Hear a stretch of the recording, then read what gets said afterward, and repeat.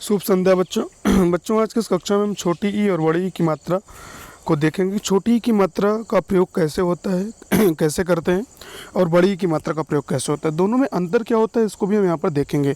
तो आप इस वीडियो को पूरा देखें। वीडियो अच्छी लगी तो लाइक करें, अपने दोस्तों में शेयर करें, और चैनल पर नए हैं तो चैनल को सब्सक्राइब करना ना भूलें। ठीक है, तो आइए हम अपनी वीडियो शुरू करते हैं। देखिए यहाँ पर देखिए, सबसे पहले छोटी ई की मात्रा।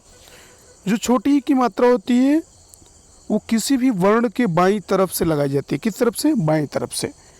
या फिर आप ये भी कह सकते हैं कि किसी भी वर्ण के बाईं तरफ या पीछे से लगाई जाती है। ठीक है, बाईं तरफ कहें या पीछे से कहें, बात एक ही है। ठीक है, अगर दायां बायां के हिसाब से कहेंगे तो बाईं तरफ से लगाई जाती है, और आगे पीछे के हिसाब से कहेंगे तो पीछे से लगाई, किसी वर्ण के पीछे से लगाई जाती है। इसका उच्चारण जल्दी से होता है। बड़ी ई की अपेक्षा छोटी ई का जो उच्चारण होता है वो जल्दी से होता है। इसे बोलने में कम समय लगता है। जैसे किरण, हिरन, किसान, हम इसको जल्दी से बोल दे रहे हैं, तो इसलिए इसे हम यहाँ पर क्या बोलेंगे? छोटी ई की मात्रा। ये छोटी ई की मात्रा है, इसको बोलने में क्या होता है? बहुत ही कम समय लगता है। ठीक है, अब इस छोटी ई की मात्रा से बनने वाले जो शब्द हैं वो मैं आपको यहाँ पर बता रहा हूँ। देखिए, जैसे अब देखिए कविता। कविता है तो कविता में यहाँ पे वो में छोटी ई की मात्रा लगी हुई है। वो छोटी ई की मात्रा, छोटी ई की मात्रा ये होती है, इस तरीके से लगाई जाती है।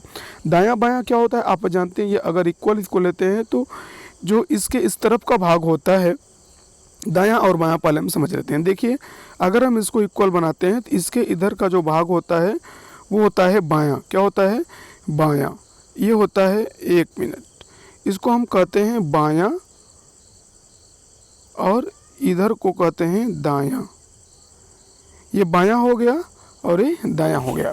ठीक है, तो बायां यानी जो छोटी ई की मात्रा है वो किसी भी अक्षर के या वर्ण के पीछे से अर्थात बाईं तरफ से लगाई जाती है, जैसा कि आप यहाँ पर देख पा रहे हैं।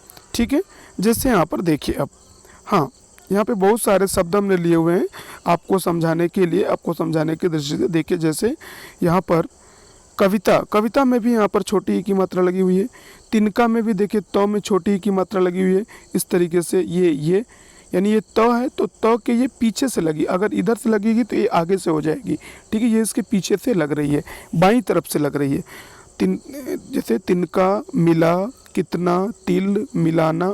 म में भी देखिए छोटी ई की मात्रा, त में भी छोटी ई की मात्रा, की में भी छोटी ई की मात्रा लगी हुई है। ठीक है, तो इस तरीके से यहाँ पर देखिए बहुत सारे शब्द हैं, मैं आपको यहाँ पर दिखा रहा हूँ। अभी देखिए यहाँ पर हो गया।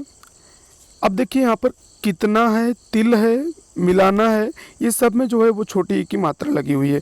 किताब है, दलिया है, रवि है, किधर है, दिन है, रविवार है, इन सब में छोटी ई की मात्रा का प्रयोग हुआ है।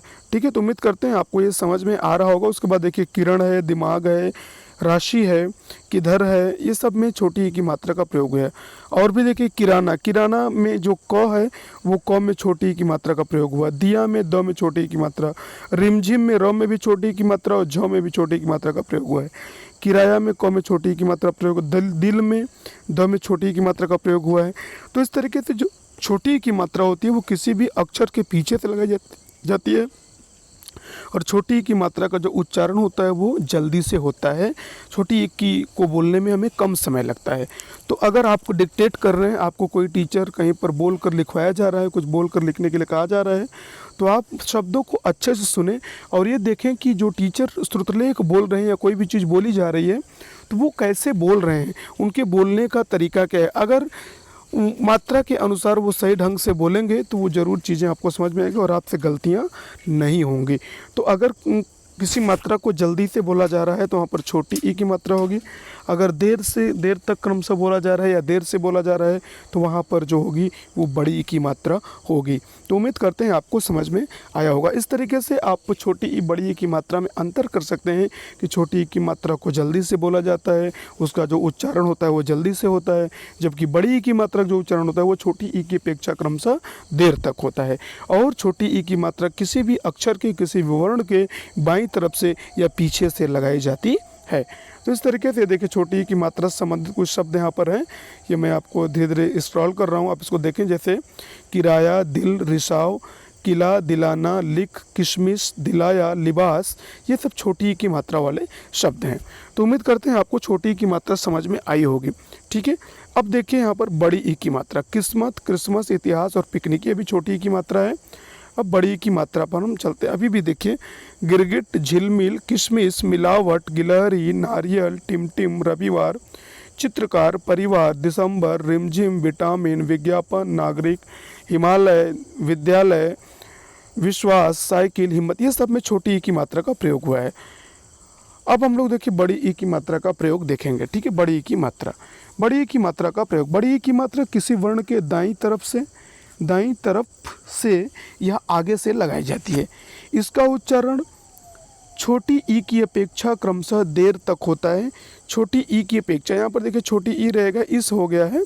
ठीक है, तो यहाँ पर छोटी ई रहेगा, मैं यहाँ पर प्रयास करूँगा कि आपको करेक्ट कर दूँ। तो यहाँ पे छोटी ई रहेगा। ठीक है, आप लोग थोड़ा सा इसको ध्यान देंगे तो ये यहाँ पर छोटी ई होगा। 1 मिनट, हाँ यहाँ पर देखिए छोटी ई होगा। ठीक है, ओके, ये छोटी ई है। ठीक है, तो यहाँ पर हम लिखेंगे कि बड़ी ई की मात्रा किसी वर्ण के या अक्षर के दाईं तरफ से या आगे से लगाई जाती है। इसका उच्चारण ई की अपेक्षा क्रमशः देर तक होता है। मतलब छोटी ई की अपेक्षा बड़ी ई का जो उच्चारण होता है वो क्रमशः देर तक होता है, इसमें समय लगता है, इसे बोलने में अधिक समय लगता है। छोटी ई की मात्रा को बोलने में आप देख रहे थे कि कम समय लग रहा था, जबकि बड़ी ई की मात्रा को बोलने में अधिक समय लगता है। ठीक है, तो इस तरीके से हम इसकी पहचान करेंगे। अगर कोई हमें बोल कर कोई चीज़ लिखने के लिए दे रहा है तो हम ये देखेंगे कि अगर छोटी ई की मात्रा का शब्द होगा तो उस शब्द को वो व्यक्ति जल्दी से बोलेगा, जबकि बड़ी ई की मात्रा का शब्द होगा तो उसको थोड़ा देर तक बोलेगा। जैसे अगर हम कहें किसान, किसान हमने बोल दिया तो किसान हमने जल्दी से बोल दिया। लेकिन अगर इसी को मैं बोलूँ कीमत,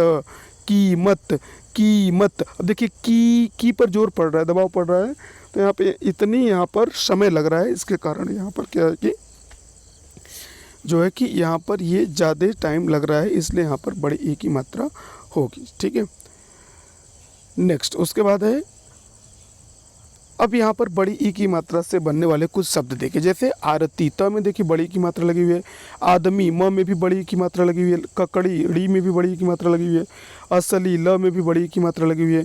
गर्मी, म में भी बड़ी ई की मात्रा लगी। खिलाड़ी, डी जो है इसमें भी बड़ी ई की मात्रा लगी। कमीज, म में भी बड़ी ई की मात्रा यहाँ पर लगी। कहानी, न में बड़ी ई की मात्रा लगी। तो इस तरीके से जो बड़ी ई की मात्रा होती है वो किसी भी अक्षर के या वर्ण के दाहिनी तरफ से लगाई जाती है। जैसे ये देखिए इस तरीके से, ऐसे जैसे हमने यहाँ पर क लिखा तो क के ये आगे से लग रही है, न कि इसके पीछे से लग रही है। ठीक है, ये क के आगे से लग रही है, तो इसको हम बड़ी ई की मात्रा बोलेंगे। ठीक है, उसके बाद देखिए नेक्स्ट, इसके मात्रा से बनने वाले और भी शब्द जो हैं वो इस प्रकार हैं। जैसे तितली, यहाँ पर ल में बड़ी ई की। जीवन, ज में बड़ी ई और द में बड़ी ई और धरती, त में बड़ी ई। दीवार, द में बड़ी ई। दीपक, द में बड़ी ई। मछली, ल में बड़ी ई और पपीता, प में भी यहाँ पर बड़ी ई की मात्रा प्रयोग हुई है। इस तरीके से और भी बहुत शब्द हैं, जैसे पनीर है, बकरी है, मठरी है, पसीना है, ये सब में बड़ी ई की मात्रा का प्रयोग हुआ है। उसके बाद देखिए बीमारी, यहाँ ब और र दोनों में बड़ी ई की मात्रा का प्रयोग हुआ है। शरीर, महीना, मशीन, मकड़ी, सर्दी, लालची, लकड़ी, इन सब में बड़ी ई की मात्रा का प्रयोग हुआ है।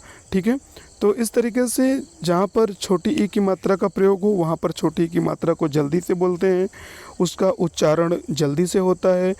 छोटी ई की मात्रा किसी भी अक्षर या वर्ण के बाईं तरफ से लगाई जाती है, जबकि बड़ी ई की मात्रा किसी अक्षर या वर्ण के दाहिनी तरफ से लगाई जाती है। और बड़ी ई का उच्चारण छोटी ई की अपेक्षा क्रमशः देर तक होता है। तो उम्मीद करते हैं आपको समझ में आया होगा। और अगर किसी को कोई समस्या है तो आप कमेंट करके ज़रूर बताएं, मैं आपकी समस्या का समाधान करने का प्रयास करूँगा। आज की वीडियो में इतना ही, मिलते हैं अगली वीडियो में, तब तक के लिए जय हिंद, जय भारत।